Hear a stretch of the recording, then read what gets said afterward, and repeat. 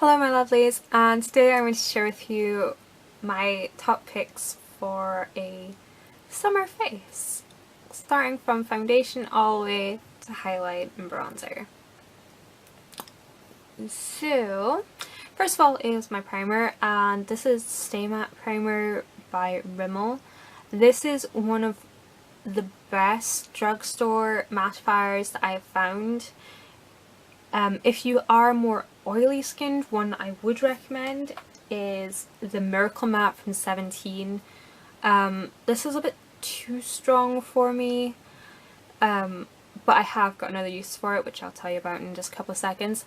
Or if you are super oily and you have the budget for it, the Becca Pore Perfecting Mattifying Primer. I haven't got it with me right now, but I will put a picture of it in the blog post along with this video. But that is around the £40 mark, I think. You get it from Space NK or wherever Becca Cosmetics are sold, and it is the most mattifying mattifier I have ever seen in my life. But if you're just like combination skin or like normal skin that gets a little bit oily during the summer, the Stay Matte from Rimmel is pretty much as good as you need. As far as foundation, there are two routes you could go.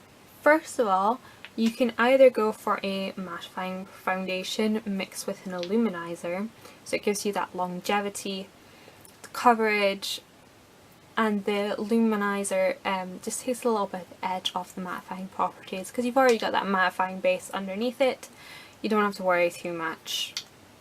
The other route I tend to go, which is what I've done today, is I've mixed illuminizing foundation. This is the Revlon Photoready foundation, and it's a medium coverage foundation, so it's not too like thin or anything, but it's full of little sort of shimmers and things. I remember when this first came out, I found it referred to it as Cullen's skin in a bottle, and it can have that effect if you put too much on.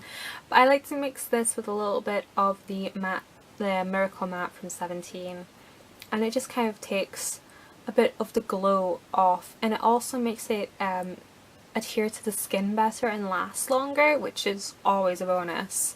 So those are my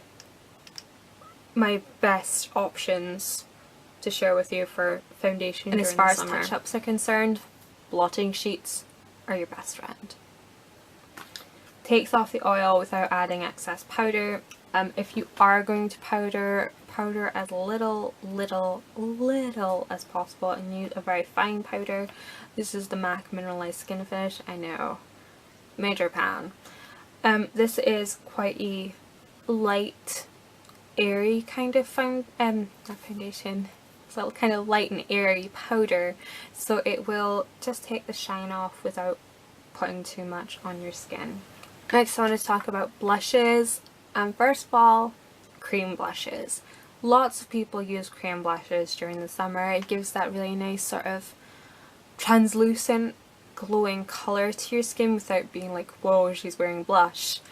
And once you get past the normal skin point, cream blush does get a bit more difficult to wear, because it is a cream, and cream products and oil don't tend to go very well. But if you apply it on top of your foundation before you set your foundation, you're pretty much good to go.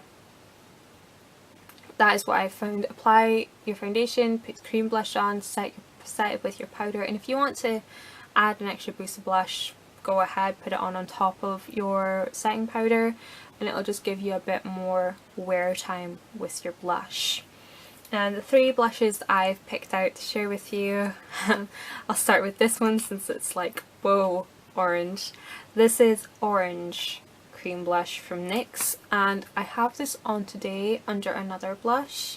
As you can see, it doesn't come off quite this bright, although it can do. You do have to be really careful with this. I apply it with a I apply all my cream blushes with a cosmetic sponge. These are cheap and cheerful. You can get them in pound stores, Superdrug, Boots, Asda probably. And as you can see, I barely put any on the sponge and I managed to create this effect. This is a sponge I used today, by the way, that's why it's so grubby. But yeah, you just sort of pounce it in and then just stamp it onto your cheek. And the great thing about this is because it's already got your foundation on it, you can blend out the edges as well. Next we have Soft Pink from Max Factor, and it looks like this. It's just a beautiful, beautiful rosy pink. Most people would probably get away with wearing this blush. It's a pretty much a universal type of pink. And it just gives that healthy kind of, oh, I've just been to the beach kind of flush. And it's very, very pretty. Then we have MAC's Madly Magenta. This is a cream colour base, and again, this is a bit like the orange cream blush. You use very, very little of this. With the current trend for summer being Radiant Orchid, I thought this would be perfect to include in this video. And as you can see, I've got a little bit on my finger here, and you just kind of blend it out. It just gives a kind of a translucent candy effect to your cheeks. It'd be one of those perfect pops of colour if you weren't doing too much with the eyes and you just wanted the lower half of your face to have all the pizzazz to it. As you can see, it's not too in your face, it's not too offensive, and I think it could be quite wearable. As for powder blushes, I have 4 to share with you. First of all is another product that I'm wearing today, and that's MAC's Modern Mandarin. It's just a beautiful, clean orange shade. That's what it looks like. And it just has a very soft shimmer. It's kind of like a more amped up version of Coralie stuff from Benefit, which now that I'm thinking about it, I should have included in this video, but hey ho. So that's MAC's Modern Mandarin. This is permanent now, so you can get it all year round. I know this was originally launched in a collection of the same name, but MAC have finally made lots of limited things permanent, which is awesome. Next we have one that I've talked to death, and this is Classic Pink by Max Factor, and it's beautiful. That's what it looks like. And that's it down here. It's just very, it's not quite frosty, but it has a soft sheen, and it's this perfect kind of coral pink shade, and it's just, I've sung its praises way too many times. You guys are probably sick of hearing about it and seeing it, so yeah, just go buy one. Just go buy one. It would make me really happy if you did. Next we have 2 NYX blushes. This first one is Natural, and this is a matte baby pink kind of shade. It's beautiful. Another alternative to this would be Pink Cloud from Natural Collection, and that's there.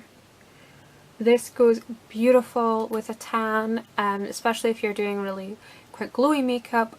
A matte blush can just pull everything together without looking like a shimmer ball on your face. Which kind of leads me on to this next one, which is a shimmer ball. This is Terracotta, and this is, I've heard that this is supposed to be a dupe for MAC's Trace Gold. It is beautiful. As that looks there. It's either supposed to be a dupe for Trace Gold or Sunbask. I can't quite remember which, but either way, this blush is gorgeous. Now, I wouldn't suggest going in with a you know, a full strength blush brush like this and just, you know, whacking it on your face. This is kind of thing where you would do everything that you wanted to do and then going with a fan brush and just lightly hit the high point of your apple, and it would just, you know, it would catch the light, give you a nice highlight. It'd be pretty. Be very pretty. So that's why I haven't used a whole lot of this, because you don't need a whole lot of it. Just a light dusting and you're fine. Which brings me on to bronzers and highlights, which is the final part of this video. I will quickly go over highlights first, because they're just so pretty. First of all is the 17 Precious Metals bronzer. I know, I'm talking about highlights and showing you a bronzer. This particular packaging is discontinued, but they have made this permanent. It's just a kind of a rip-off of the Bobbi Brown Shimmer Brick. It's cheap, it's cheerful, it works, and it's beautiful, and I have too much swatched on that side. That's what it looks like. I usually just use the top two bars as a highlight. The bottom two bars, you could treat them the same as you would the Terra Cotta blush and just give your blush a nice, you know, topper. So that's it swatched, and it's a beautiful kind of bronzy white highlight. It's very brightening, it's very glowy, and it's awesome. Or you can push the bow out, and this is the Laura Mercier Highlight one. It's their matte Radiance baked powder, and it looks like this, and it looks gorgeous, and it's pretty much a universal highlight. Like, you could be white, Indian, black, Asian, this would look pretty much good on everyone. It's just got it's a really nice white with a pink undertone, so it doesn't look too ashy, and it's very finely milled, so it won't like catch on anything. Laura Mercier is great for doing, like, what would be the right word?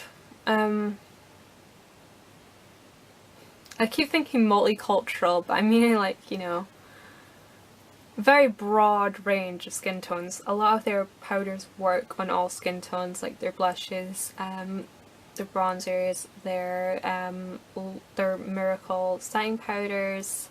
I know that's not what it's called, but I can't remember what it is called. The Secret setting powder, I think it's called. I don't know.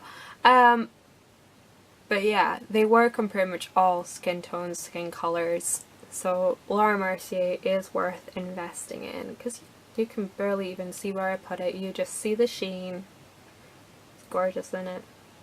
Gorgeous. And lastly is bronzers, and of course Max Factor bronzer in bronze needs a mention. It looks like swatched.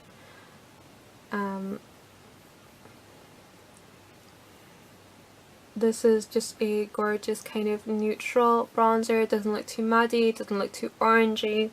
You could probably use this as a light contour. Not like a light contour, like a diffused contour. It won't give you like a chiseled effect, but it'll give you definition. Very, very nice. And then we have the bronzer that I'm wearing just now, which is the Body Shop Honey Bronze Bronzing Powder, and mine is so old, it's like falling apart. But yeah, this is just a beautiful kind of matte bronzer. This one is in shade 1 light matte, and I believe it comes in about 3 or 4 different shades. And there's a quick swatch of it. It is a bit more orangey compared to the Max Factor one. That's the Body Shop one there. I need to stop saying I'm sorry. It's a bit warmer than the Max Factor bronzer, but it does really warm up the face, and I like to take it down my neck and onto my collarbone and my décolletage, and it just sort of balances your face with the rest of your body, which is what I like it for. So those were my picks for summer face. Remember to check the info box for the link to my blog where I will post pictures of everything I've mentioned, and I'll also be an honourable mentions section for things I have forgotten, such as Coralista blush, obviously, and also a few limited edition products I don't really want to mention in the video. There are so many other products I could mention that were limited edition, which if you have, dig them out. It's perfect time to. So thank you so much for watching. Let me know in the comments below what is your favourite summer face product, and I will see you in my next video. Bye bye.